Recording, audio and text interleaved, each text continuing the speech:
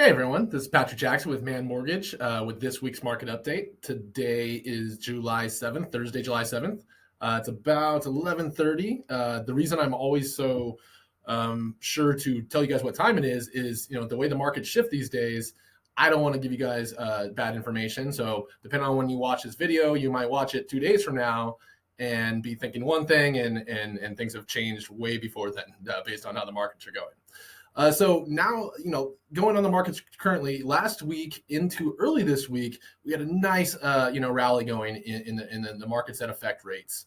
10-year Treasury was down to about 2.79, I believe, from the high of 3.5. Things were going good. As of yesterday and into today, that rally has died. We got pushed back from where we were going, and there really was no main reason for it. Just kind of met support and the market shifted. So I wanted to share real quick with you guys my screen here. Let's see here. Okay, so the average conventional 30-year fixed rate based on a lender survey that goes out to everybody, you can kind of see the volatility we've had over the last month. So starting back at the June 9th or so, we were at about a 5.5 or so, went up to a 5.55. You can kind of see where it spiked there at about a 6.28. That was right before the Fed had their meeting and announced they were going to do the 0.75, increase. So since that time, we've definitely come down. You could see, where the lowest we got was just here at the beginning, this week, like I said, we got down to a 5.5 again. But you could see in the last 2 days, we've already spiked about a quarter of a point.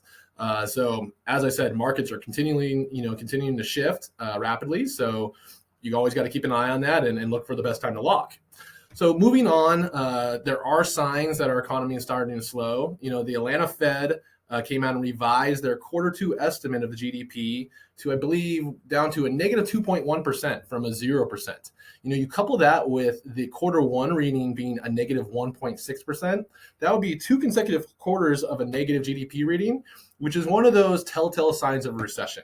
It's not the official we're in a recession. That actually, for us to be in a recession, there's actually a bureau, the National Bureau of Economic Research, NBER. They're the ones that make the official call. They're like the groundhog that comes out and says, yes, we're in a recession now. So that hasn't happened, but there's a lot of signs that's where we're heading. Another possible sign on the labor side of things is that unemployment numbers aren't spiking yet, but they're slowly, steadily increasing month by month.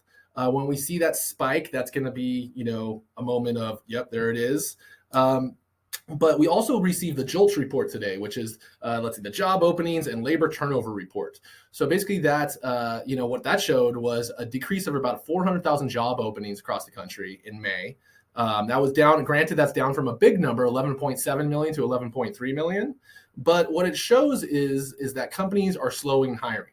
So not everybody's getting laid off yet or things like that, but companies are starting to back off hiring, which again is a sign that, our economy is starting to slow.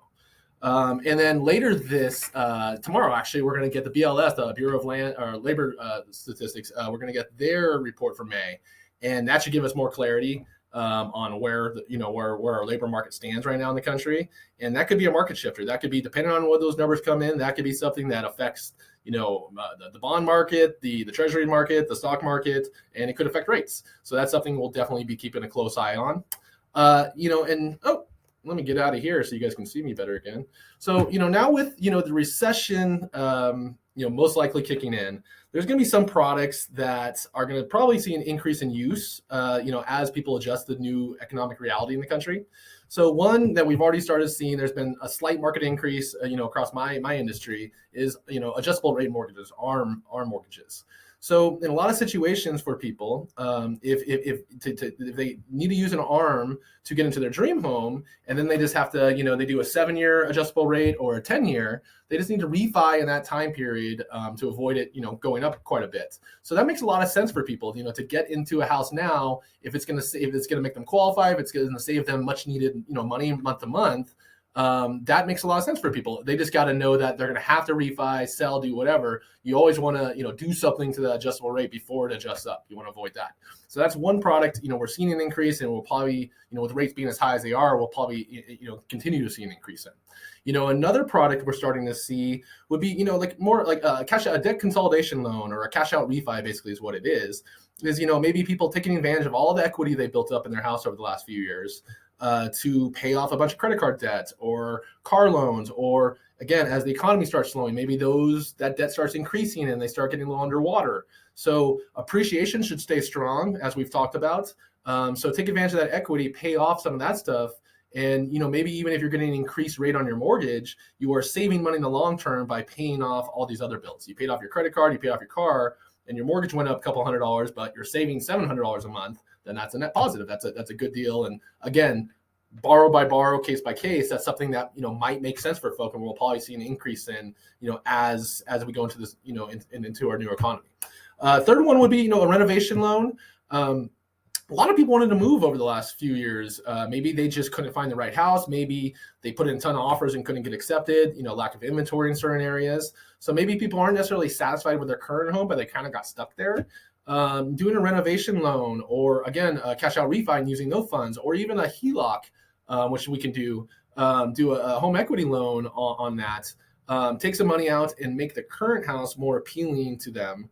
That's an option. So, so instead of having to move, hey, we needed another room, or we wanted a pool, or we wanted a new kitchen, whatever it may be, you can take advantage of their equity again in the home now, make those changes and make that house more appealing so they can live in the short term. And then when they do go to sell, whenever that may be, that house is going to be worth more now because they improved the home. So all those are going to be options. There's always going to be options no matter what the economy is like. If you have any questions on these programs or any programs, or you need anything at all, please do not hesitate to reach out. And I'll see you guys again next week. And I hope you have a great day. Thanks a lot. Bye-bye.